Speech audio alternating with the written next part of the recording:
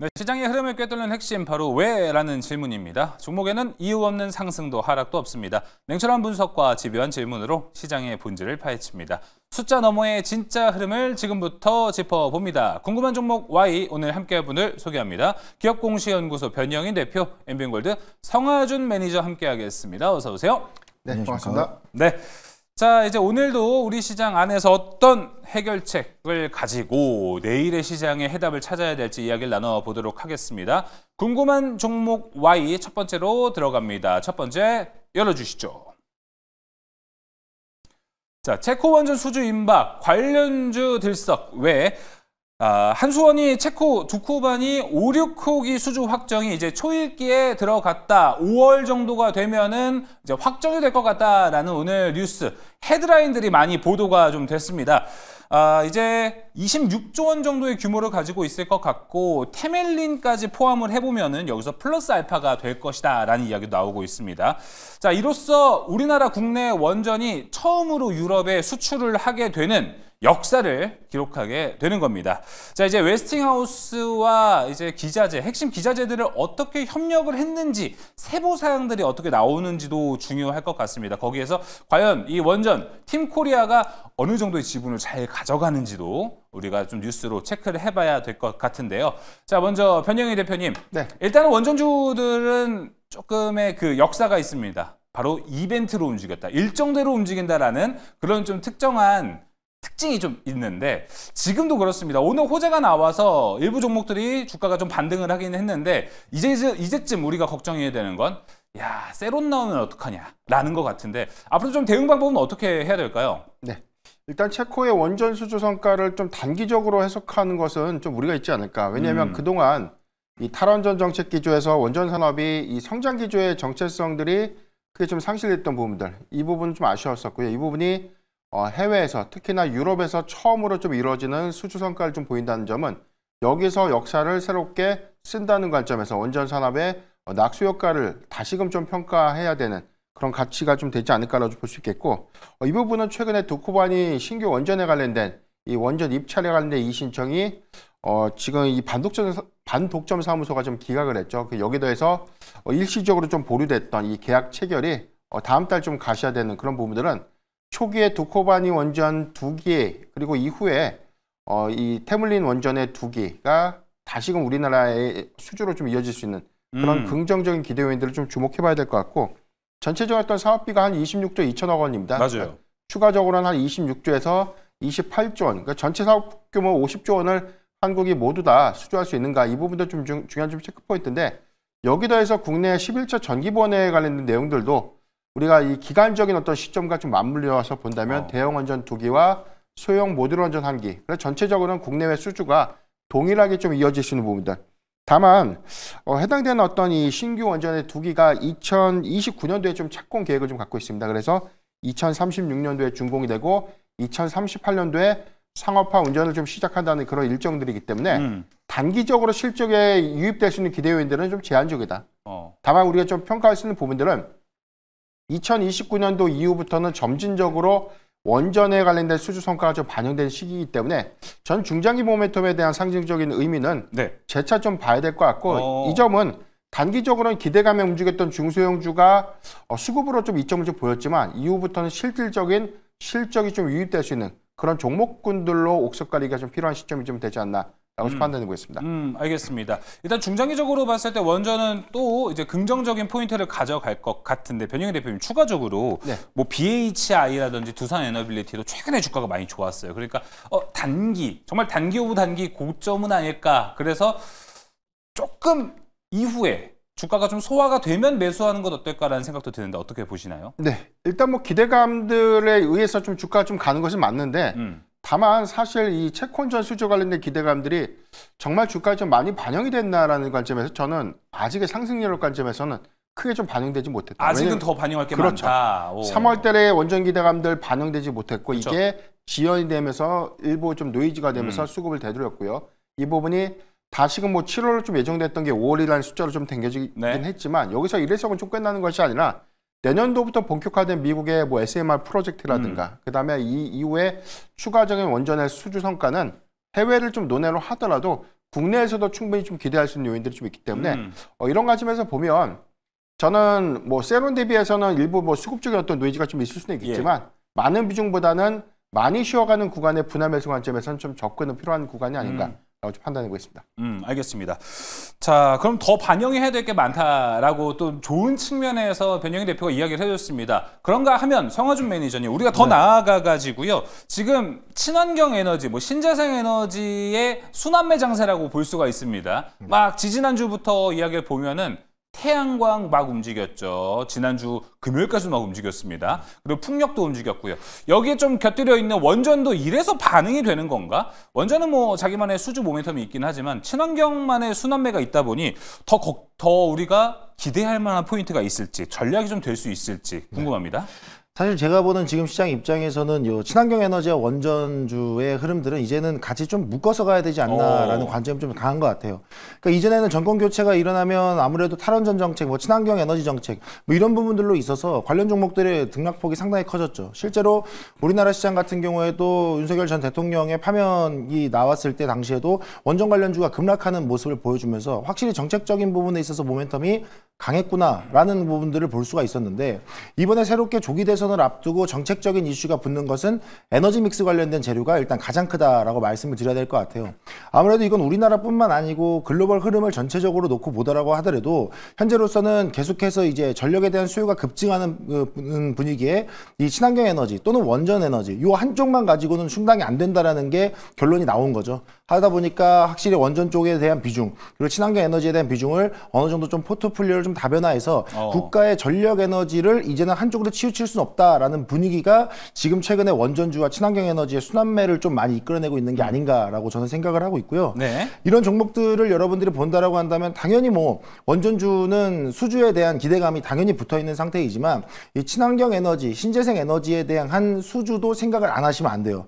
그러니까 최근에 풍력, 뭐 터빈 관련된 거라든가 아니면 태양광, 뭐 패널 관련된 부분에 있어서도 수출 모멘텀도 나오고 있고, 특히나 관세 전쟁이 계속 이끌어지고 있는 상황 속에서 이 중국의 태양광 부품에 대한 관세 부과, 이런 뉴스들도 우리나라 관련 종목들의 시세를 급등시켜주고 있잖아요. 그렇다 보니까 지금 신재생과 원전은 각기 다른 재료들로 시세 상승을 좀 부추길 수 있는 재료들이 많이 나오고 있기 때문에 관련 종목들을 대응하시는 데는 여러분들이 꼭 옥석 가리기를 좀 잘 하셨으면 좋겠고, 자, 그럼 이런 부분에서 놓고 본다라고 했을 때 에너지, 신재생 에너지 관련 종목들은 그냥 터무니없이 막 예전부터 이야기 나왔던 종목들을 보기보다도 최근에 수주가 좀 나온다거나 아니면 좀 구체적으로 또 뭐 발전소라든가 뭐 이런 부분에 있어서 뭐 핵심 기술을, 기반을 설치할 수 있는 기량을 갖고 있는 기업들을 한번 좀 옥석 가리기를 통해서 해보시는 게 좋을 것 같고, 또 원전 쪽에서 들여다본다라고 한다면 사실 원전 쪽은 저는 개인적으로 대장주의 흐름들을 좀 쫓아보시는 게 좋을 것 같다. 뭐 최근에 두산에너빌리티가 시세가 좀 잘 나왔지만 저는 뭐 아까 변영희 대표님 말씀해 주셨던 것처럼 좀 일부 쉬어가는 분위기가 나온다라 그러면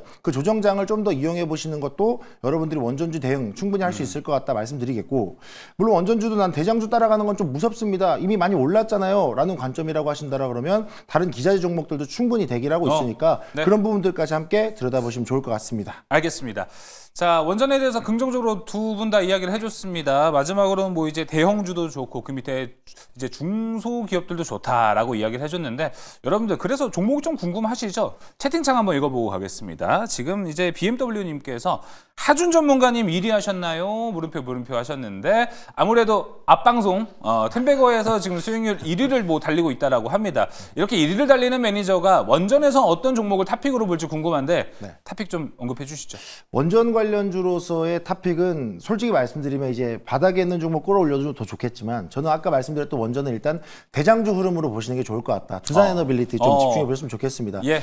네. 알겠습니다. 그렇다면 변영희 대표님도 어떤 종목을 보고 있을지 궁금하죠? 대표님? 네, 저도 동일합니다. 아, 그래요? 사실 준비를 했는데 두산에너빌리티를 좀 봐야 되는 게 실질적인 어떤 수주, 옥석 가리기도 좀 필요 없고, 사실 가장 큰 수주 성과의 가장 큰 핵심은 주기기, 그리고 이 원자력 모듈이 좀 공급되는 그런 관점에서 뭐 두산에너빌리티는 여력이 좀 충분하지 않을까 판단해 보겠습니다. 제가 잘 들은 게 맞죠? 옥석 가릴 거 없고 대장이 낫다. 이렇게 좀 정리도 해볼 수 있을 것 같습니다. 자, 그러면은 두산에너빌리티까지 이야기를 들어봤습니다. 어떻게 탑픽 종목도 뽑아냈는데 투자 포인트에 잘 잡아보시면 좋을 것 같습니다. 자, 이제 궁금한 종목 Y 두 번째로 넘어가 봅니다. 두 번째 열어주시죠. 국내 2,300만 명의 가입자를 보유한 SK텔레콤 해킹 사건이 떠들썩합니다. SKT 핵심 서버 중 한 곳이 정체불명의 해킹 공격을 받아서 이 개인 단말기마다 고유 정보를 갖고 있죠. 유심 정보를 탈취해서 개인정보 유출에 대한 심각성이 현재 좀 대두가 됐습니다. 오늘 뭐 일각에서 이런 얘기도 있습니다. 삼성전자 고위 임원들에게는 카톡이 왔다고 해요. SK텔레콤의 유심을 쓰고 있는 임원들이라면은 지금 그 유심을 빨리 교체하라. 이뿐만 아니라 국내 다른 대기업들도 정보 유출에 대한 우려가 좀 있기 때문에 이에 대한 행동들을 다 하고 있는 것으로 현재 나타나고 있습니다. 자, 그래서 일단 SK텔레콤이 오늘 7%나 급락하는 모습을 보여줬습니다. 변영인 대표님, 네. 뭐 국내 대기업 오브 대기업 중입니다. SK텔레콤은요. 근데 보안이 너무 허술했다라는 비판도 받고 이게 24시간 안에 해결을 해야 되는데 45시간이나 지나서 늑장 대응을 했다라는 이야기도 비판을 계속 받고 있습니다. 주가는 일단 7% 하락을 했습니다. 어떻게 좀 보셨습니까? 네, 일단 뭐 가입자 유심 정보를 해킹당했다. 이게 뭐 통신사 입장에서 가장 보안에 취약적인 어떤 리스크 요인들이 좀 부각된 것이기 때문에 오늘의 하락은 사실 뭐 이유가 있는 하락이 좀 충분하지 않았나. 2020년도 3월 종가 기준에서 이 최대 하락폭이었습니다. 그리고 작년 8월 NKL이 트레이드 관련된 어떤 하락폭이 크게 좀 작용했던 당시 장중 마이너스 8.5%대보다 오늘이 좀 더 컸던 부분들을 좀 기억하면은 뭐 오늘 낙폭이 당시 어떤 시장 상황과 좀 대비되는 개별적인 악재에서에 대한 하락폭이 조금 더 크게 좀 반영되지 않았나. 다만 해당되는 어떤 영향도가 좀 중요할 것 같은데 지금 유심 교체라는 이런 카드가 단기적으로 이 공급 물량들이 좀 부족한 그런 상태에서 이 부분을 장기화가 좀 될 수 있지 않을까라는 우려가 이런 기화로 인해서 사실상 뭐 가입자 수가 크게 좀 이탈될 수 있는 네. 그래서 점진적인 어떤 사업 관계가 좀 위축될 수 있는 그런 리스크 요인들이 만약에 현실화가 좀 된다면 추가적인 조정 내지는 어떤 외형의 어떤 이 축소 이런 것들은 어느 정도 좀 반영이 돼야 되겠지만 초기에 좀 영향이다라고 볼 수가 있겠고요. 네. 저는 일단 뭐 시장 점유율 1위 사업자죠. 그래서 이제 아직까지 크게 가입자 이탈이 좀 이루어지지 않는다면 이런 전제라면 일시적인 어떤 리스크 요인들은 단기적으로 이 보안에 관련된 취약점을 그렇죠. SK텔레콤이 좀 해소하면서 완화시킬 수 있는 가능성. 다만 좀 긍정적인 기대 요인들은 오늘의 하락을 매수의 기회로 좀 활용해볼 수 있는가 이런 관점에서 좀 해석을 해보면 배당 성향이 너무나 높습니다. 맞아요. 작년 기말 기준에서 배당 성향이 61%예요. 만약에 100억을 벌었다면 61억 원 이상을 배당금으로 좀 나눠준다는 뜻이거든요. 여기에 더해서 연간 시가 배당률이 한 6%대 중후반에 형성되고 있기 때문에 고 배당 매력도를 좀 감안해보면 이게 사실 악재를 좀 피하고 나서 시장 점유율에 관련된 어떤 이 요인들이 제한적이다는 관점이면 오히려 저는 매수의 기회로 좀 활용할 수 있겠는데 네. 단기적인 어떤 영향도가 조금은 더 이루어질 수 있다는 점을 좀 감안해서 조금 더 이 해당되는 어떤 영향도를 주시하고 난 이후에 분할 매수 관점에서 좀 고민은 필요할 수 있지 않을까라고 좀 표현드리겠습니다. 네. 해킹 사태는 좀 단기간에 끝날 수도 있고 오히려 좀 매력적으로 볼만한 거는 SK텔레콤의 고배당 성향이 이럴 때 좀 매력적으로 다가오지 않냐 변영인 대표가 이야기를 했는데 뭐 그도 그럴 것 같습니다. 사실 오늘 이 해킹이 어떻게 봐야 될까요? 이 기업의 근간, 펀더멘탈을 흔들 만한 리스크였나 하고 생각해 본다면 그건 또 아닐 것 같기도 하고 투자할 매력이 좀 있을 것 같기도 하고 라고 좀 생각이 듭니다. 자, 두 분은 뭐 SK텔레콤을 지금 쓰고 계신가요? 예, 저는 쓰고 있습니다. 쓰고 저는 있으시고. 쓰지 않고 있습니다. 성준 매니저는 안 쓰시고. 예, 예, 저도 알뜰을 전 쓰고 있는데 요즘 바꾸세요? 변영인 대표님 그러면? 바꿔야 되는데 사실 오늘 뭐 공급 부족 관련된 내용을 듣고 나서 바꾸지 못했죠. 그렇죠. 그런데 일단 이걸 교체한다고 해서 뭐 당장에 통신사를 좀 바꿔야 되나 이런 고민까지는 아직은 해보진 않았는데 만약에 이런 영향도가 조금 더 장기화가 된다면 고민을 할 수 있을 것 같아요. 그래서 이제 아까 앞서 말씀드렸던 부분들은 그 영향이 장기화되어 있지 않고 단기적으로 보안 체계를 구축하고 유심을 빠르게 많은 물량을 공급해서 교체를 좀 빨리 이뤄낸다면 수습을 좀 빨리 한다면 오히려 좀 가격의 어떤 정상화는 좀 이룰 수 있지 않을까 이런 관점에서 좀 판단해 봤습니다. 네, 제가 SK텔레콤 쓰는 지인한테 들으니까 거의 뭐 이거 대기 기다리는 100시간 넘게 걸린다 뭐 이런 얘기도 있었는데 이게 일단은 어떻게 좀 어떻게 잘 마무리가 될지도 일단 봉합이 되는지도 중요한 포인트가 될 것 같습니다. 그래서 성화준 매니저님 오늘 여기에 이제 반사 이익으로 올라갔던 데가 상당히 많습니다. 뭐 알뜰폰 관련해서도 올라갔고요. 보안, 유심을 만들어낸 기업들 쭉쭉쭉 뭐 양자까지도 올라갔습니다. 여기들이 사실 주목을 받아서 이제 올라갈 법한데 참 이쪽 섹터를 보면 아쉬운 거는 그거예요. 이런 일로서 발전을 해나가야 되는 산업인데 참 종목들, 기업들을 보면은 너무나도 가볍다. 투자할 만한 종목이 쉽지 않다. 이 생각이 드는데 여기에 대해서는 좀 긍정적으로 보시나요? 아니면은 역시나 테마성으로 좀 보시나요?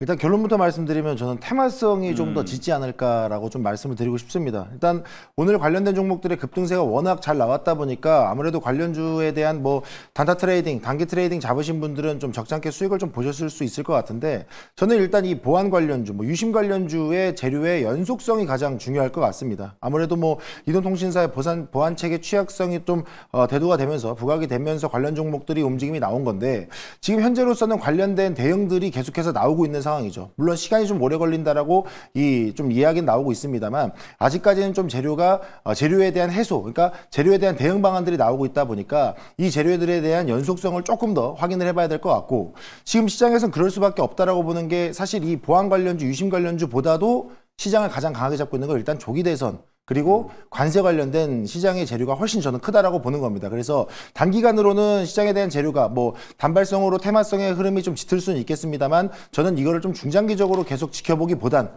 좀 단기적인 흐름으로만 좀 지켜보셨으면 좋겠고 오히려 또 다른 시장의 주도주 또는 주도 테마에 대한 부분들을 좀 추적해 보셨으면 좋겠다. 좀 이렇게 말씀드리겠습니다. 네, 알겠습니다. 자, 그럼 두 번째 궁금한 종목 Y도 여기서 마무리해 보도록 하겠습니다. 이어서 세 번째로 넘어갑니다. 궁금한 종목 Y 세 번째 공개해 주시죠. 면세점 드디어 살아나나? 호텔 신라. 저 앞에 호텔 두 글자를 가지고 많은 분들이 놀렸습니다. 조롱을 했습니다. 하지만 이제 다시 한번 이 호텔 두 글자를 쓸 수 있을지도 중요해질 것 같은데 호텔 신라가 이제 업황 턴어라운드 기대감에 오늘 장에서 무려 12%나 올라가는 모습을 보여줬습니다. 대신증권에서 이제 목표가를 상향하는 리포트를 낸 건데요. 42,000원에서 5만 원까지 올렸습니다. 면세업계 노력으로 신해점 부문이 이제 의미 있는 실적을 낼 것이다. 2분기, 3분기 정도면 그 숫자가 나올 것이다. 라고 리포트를 발간하면서 오늘 12%가 호텔 신라가 올라갔습니다. 변영희 대표님, 뭐 사실 놀랍기도 한 게 턴어라운드 뭐 많습니다. 근데 이거 되게 조용한 종목이었단 말이죠. 단기간에 12%가 이렇게 올라갈 수 있는가 싶기도 하고 그 정도로 기대감이 큰 상태인가? 라고 저는 좀 오히려 비판적인 시간을 갖게 되거든요. 어떻게 보셨습니까?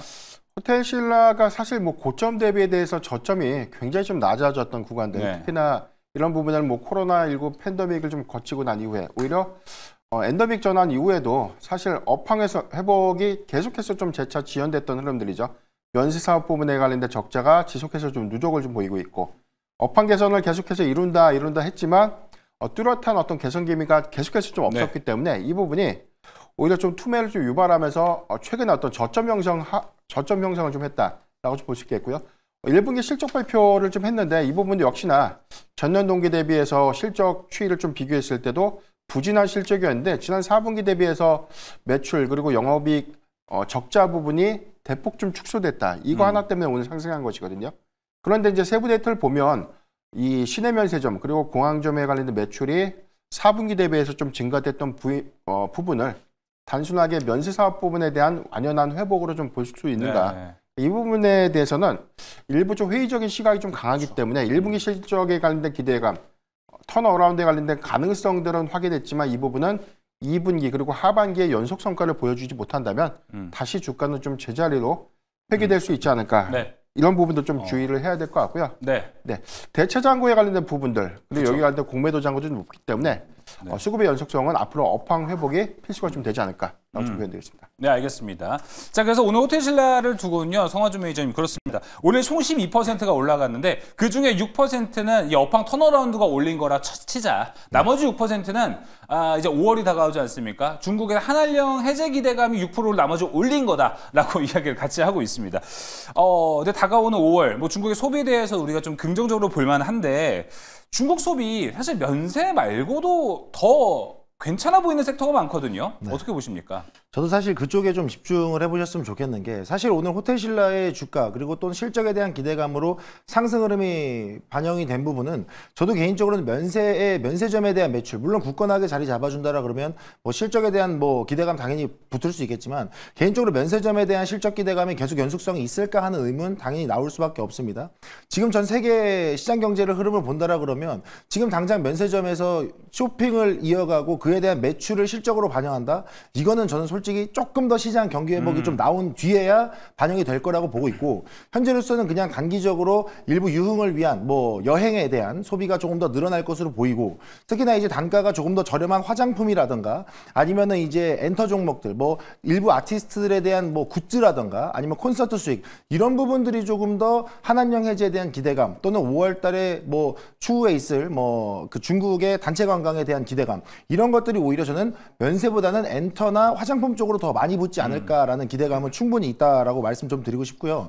물론 호텔신라가 면세점에 대한 매출 말고도 뭐 숙박업에 대한 매출도 있을 수는 있겠습니다만은 뭐 이거는 조금 더 추후의 시장을 지켜봐야 되고 단기적으로는 엔터와 화장품 종목 한번 더 지켜보셔라 이렇게 말씀드리겠습니다. 네, 알겠습니다. 중국 소비와 관련해서도 함께 어디를 관심을 둬야 될지 우선순위 이야기를 나눠봤습니다. 자, 앞서 말씀드렸다시피 성화준 매니저는 저희 앞방송입니다. 도전템베거에서 수익률 현재 1위를 기록하고 있다고 합니다. 현재 1위면 뭐 4월 1위 따놓은 당상이 아닐까 이렇게도 생각이 드는데 매니저님에 대한 정보 많이 궁금해하실 것 같습니다. 성화준 매니저님 어디 가면 좋을까요? 네, 방송 종료하고 이어서 바로 9시부터 시작되죠. 유튜브에다가 MBN골드 성화준 매니저 검색하고 들어오시면 여러분들이 지금 답답한 행보장 그 뚫어낼 수 있는 방법들이 있거든요. 그 공략들 같이 좀 설명드리고 오늘 못다한 이야기까지 같이 붙여서 이야기해드리겠습니다. 알겠습니다.